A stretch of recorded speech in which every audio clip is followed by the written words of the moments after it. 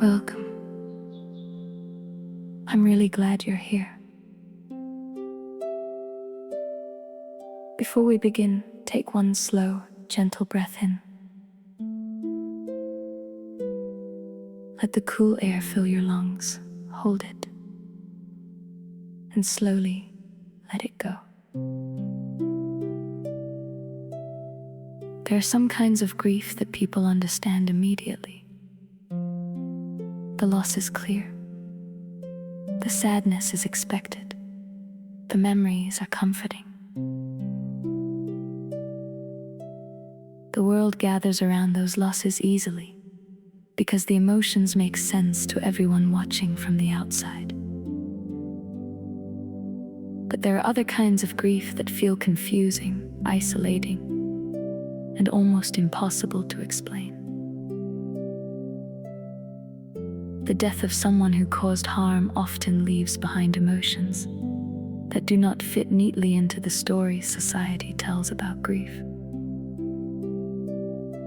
Instead of simple sadness, there may be relief, anger, guilt, numbness, resentment, compassion, exhaustion, or even peace moving through the body, all at once. And many people silently wonder if something is wrong with them for feeling that way. Tonight, we're going to talk about the emotions of the people left behind after the death of a toxic, abusive, manipulative, or deeply harmful person. Not to celebrate suffering, not to erase anyone's humanity, but to create space for truth. Because many people spend years carrying pain that nobody allowed them to speak honestly about. Sometimes the person who caused harm was admired publicly. Sometimes they were respected in the community. Sometimes they were generous to strangers while cruel behind closed doors.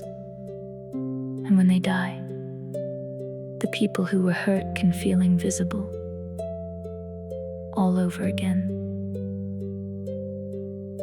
This is not a conversation about revenge. It is not about hatred. It is about emotional honesty. It is about learning how to process complicated grief without losing yourself inside it. And most importantly, it is about understanding that healing does not require pretending the harm never happened. You are allowed to acknowledge what was real. You are allowed to feel conflicted. And you are allowed to move forward without carrying someone else's darkness inside your body forever.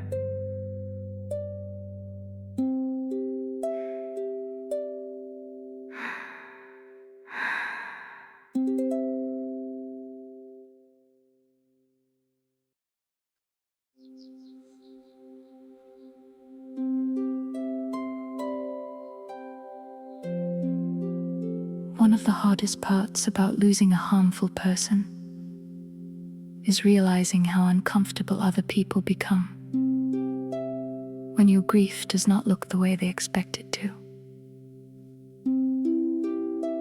There is often an unspoken social rule that death automatically turns someone into a saint. People repeat phrases like they meant well, or they were loved by so many people, or nobody is perfect. And while some of those statements may contain pieces of truth, they can also feel deeply painful for the people who lived through the harm privately. Because when everyone around you begins telling a polished story about someone who wounded you deeply, your nervous system can start to feel erased all over again.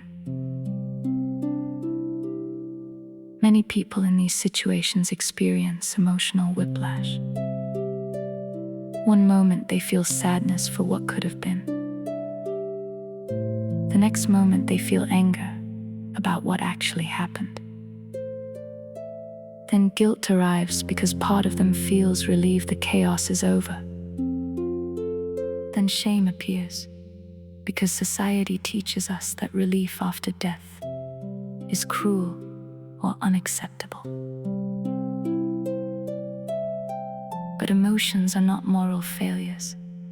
Emotions are information. And complicated grief often creates multiple emotional realities existing at the same time.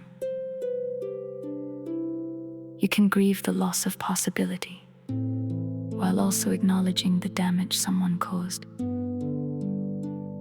For many survivors of toxic family systems or abusive relationships, the death itself is not always the most painful part.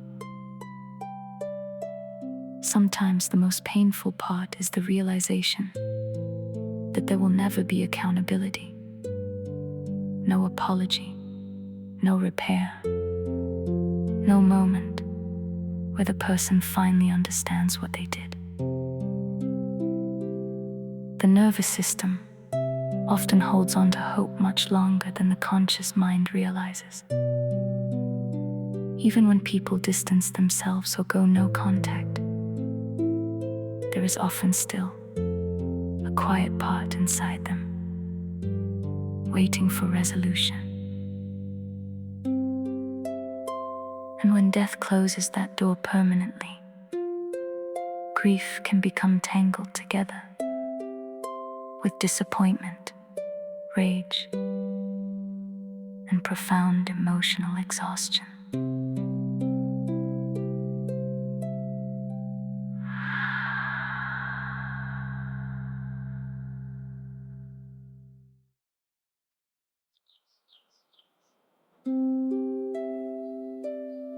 Human beings often struggle to hold complexity. We prefer simple stories because simple stories feel emotionally safer. Someone is either good or bad, loving or cruel, hero or villain. But real people are often far more complicated than that. Some harmful people are charismatic. Some are generous in public. Some build businesses, help communities, volunteer, mentor children, or create outward images of kindness, while simultaneously causing enormous pain behind closed doors.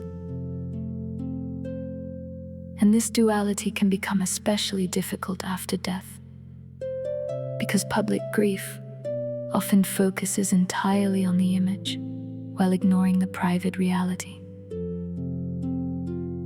This creates a very painful experience for the people who were harmed. They begin hearing glowing stories about someone they experienced as frightening, manipulative, neglectful, abusive, or violating. The disconnect between public perception and private experience can create deep, emotional isolation. Many survivors begin questioning themselves. Was it really that bad? Am I the problem? Why does nobody else see what I saw? But public charm does not erase private harm. A person can be admired by many people and still deeply damage the people closest to them. One of the most important parts of healing is allowing yourself to hold the full truth without forcing yourself into extremes. You do not have to deny the good things someone did in order to acknowledge the harm they caused. And you do not have to erase the harm in order to appear compassionate. Mature healing allows complexity. It allows you to say, this person may have been loved by others, but they also hurt me deeply. Those two truths can exist together. Your experience does not become invalid simply because someone else had a different one.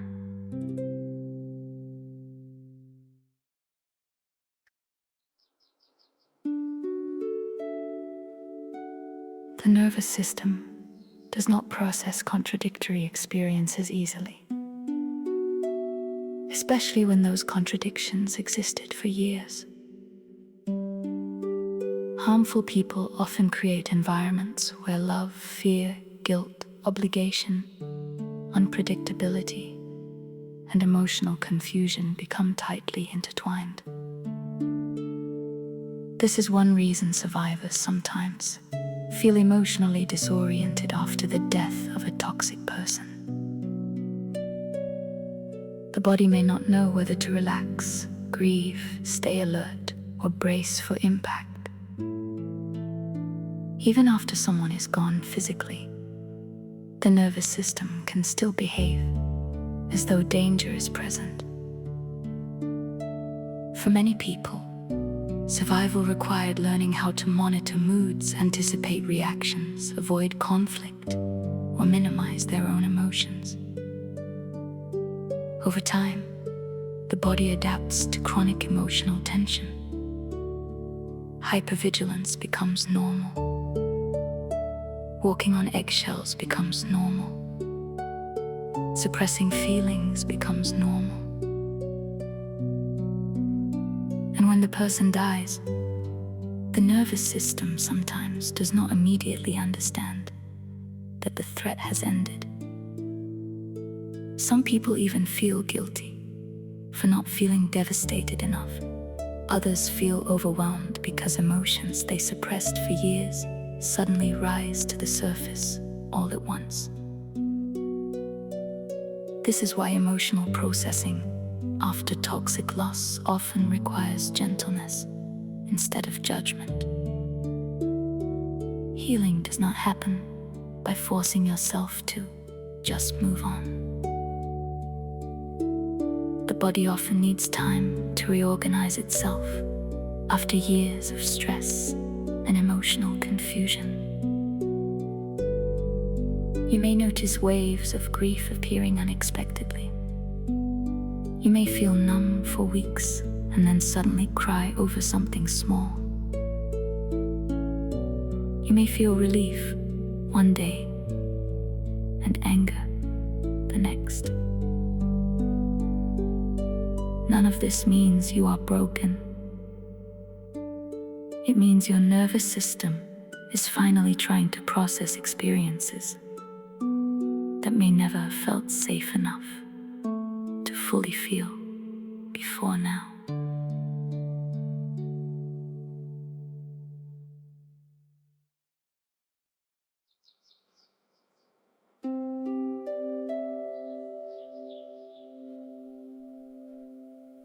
Anger is often one of the most misunderstood emotions in grief, especially when the person who died caused harm.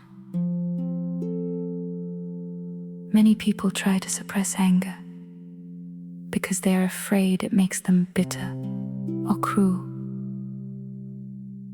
But anger itself is not the problem.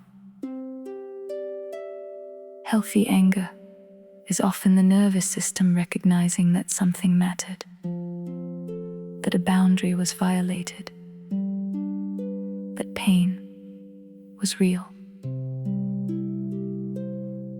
The problem begins when anger becomes the place we permanently live, instead of something we move through consciously. One of the deepest sources of anger after toxic loss is unfinished accountability. The person who caused harm is gone, but the consequences remain inside the people they affected. Children carry emotional wounds into adulthood. Partners carry years of manipulation and betrayal. Families carry silence, tension, and fractured relationships. And sometimes innocent people outside the family are hurt too. There can be tremendous rage in realizing that someone's recklessness or selfishness continued causing damage right up until the very end. That anger is not irrational. It is grief colliding with injustice. But over time, many people reach an important crossroads. They begin realizing that hatred keeps them emotionally tied to the very person they are trying to heal from. Hatred can feel protective at first because it creates distance from pain. But eventually, carrying constant rage exhausts the nervous system. The goal is not forced forgiveness. The goal is freedom. Freedom from replaying the same emotional injury over and over inside your body. Freedom from allowing someone else's dysfunction to shape your identity forever. Freedom from becoming emotionally trapped inside a story that already took too much. And you deserve that freedom.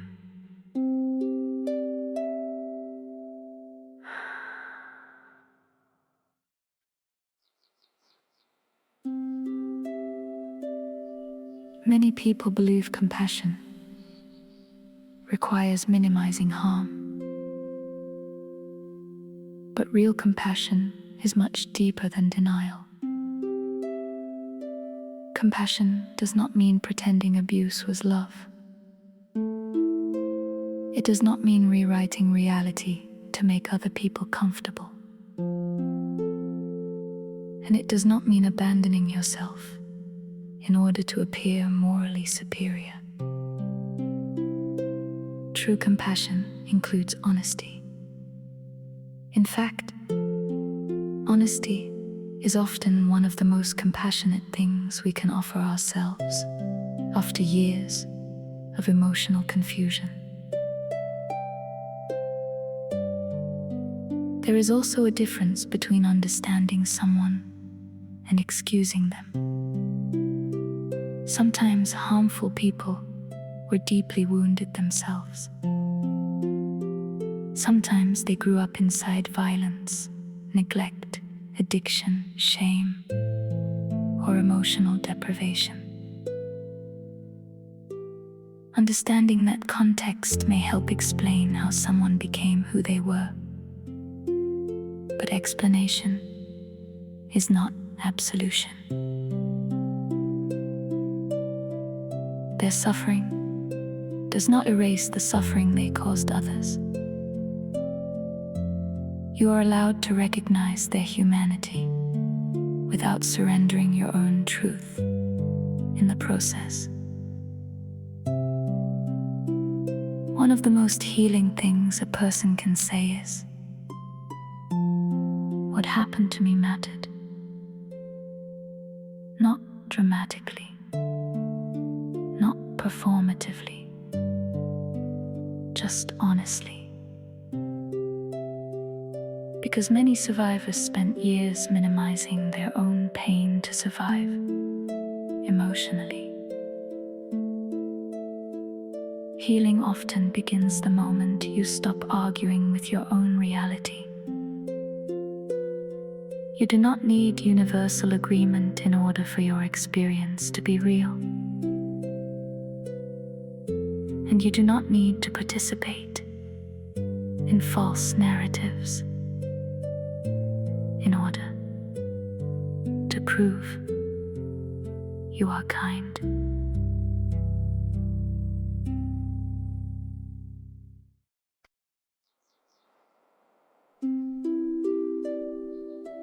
There comes a moment in many healing journeys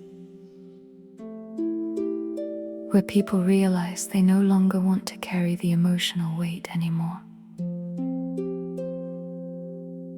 Not because the harm was acceptable,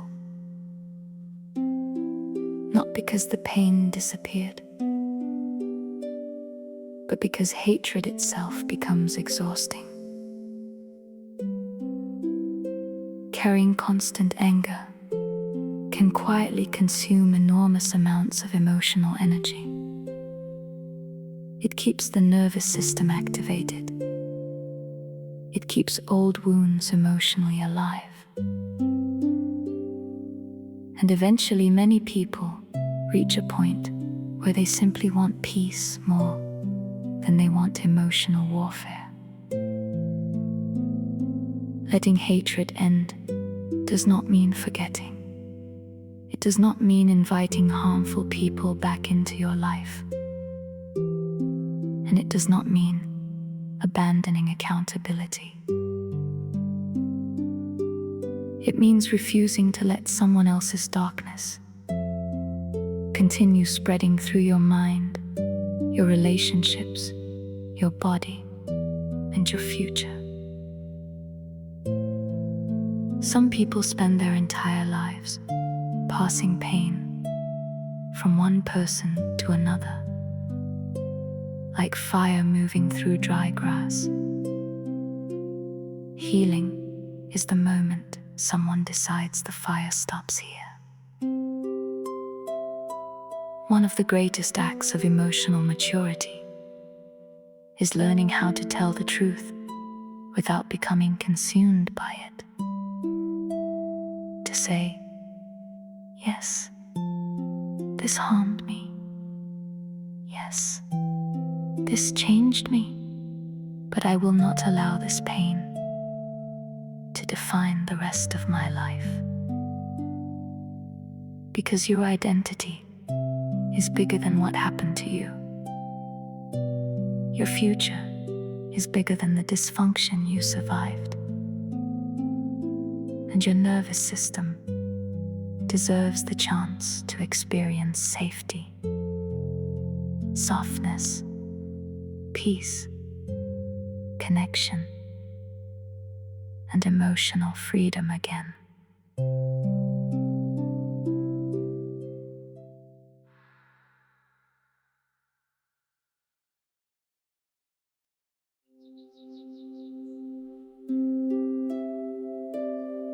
If it feels comfortable, gently close your eyes for a moment. Take one slow breath in. Hold it for just a moment. And slowly let it go. Imagine yourself standing in a quiet open field at dusk. The air is cool but calm. Above you, the sky is vast and endless, painted with deep blues, soft gold, and distant stars beginning to appear. There is enough space here for every emotion you carry. Nothing needs to be hidden. In your hands, imagine you are carrying heavy stones. Each stone represents something you have been holding inside your body for a very long time. Anger, hyper-vigilance, fear, betrayal, exhaustion, resentment, maybe even guilt for emotions you were never allowed to admit out loud. Notice how heavy they feel. Notice how long you've carried them. And notice that your body has been trying to protect you this entire time. Now slowly kneel down and place the stones onto the earth, one by one. Not because the pain was imaginary, not because it did not matter, but because you no longer wish to carry it inside you every single day. The earth beneath you is steady enough to hold what you no longer need to grip so tightly. Feel your shoulders soften slightly. Feel your breath deepen. Feel the space opening inside your chest where tension used to live. And as you stand again, imagine a gentle light surrounding your body. Quiet, warm, safe. Not erasing your past, not demanding forgiveness. Simply reminding your nervous system that survival is no longer the only thing available to you. You are allowed to heal now. You are allowed to rest now. You are allowed to build a life that is not organized around someone else's pain.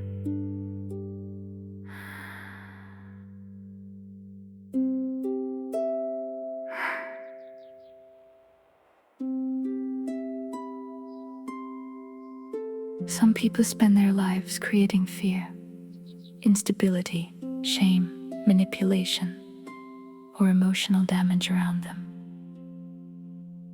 And often the people left behind are forced to carry the emotional aftermath long after the person is gone. But healing begins the moment you realize you do not have to keep carrying what was handed to you. You are allowed to tell the truth. You are allowed to protect your peace. And you are allowed to stop passing the pain forward. The goal is not perfection. The goal is awareness. Awareness of what hurt you. Awareness of what shaped you. Awareness of what you no longer want to continue inside yourself or your relationships. Because every moment of conscious healing interrupts cycles that may have existed for generations. Every moment of honesty creates the possibility of something healthier emerging afterward. And if nobody has told you this before, let me say it clearly now. Complicated grief is still grief. Conflicted emotions are still valid emotions. And choosing peace after surviving harm is not weakness. Sometimes it is one of the bravest things a person can do. Take one final slow breath in. Hold it for just a moment. And gently let it go. Your story does not end with what hurt you, and the cycle can end with you. You've got this.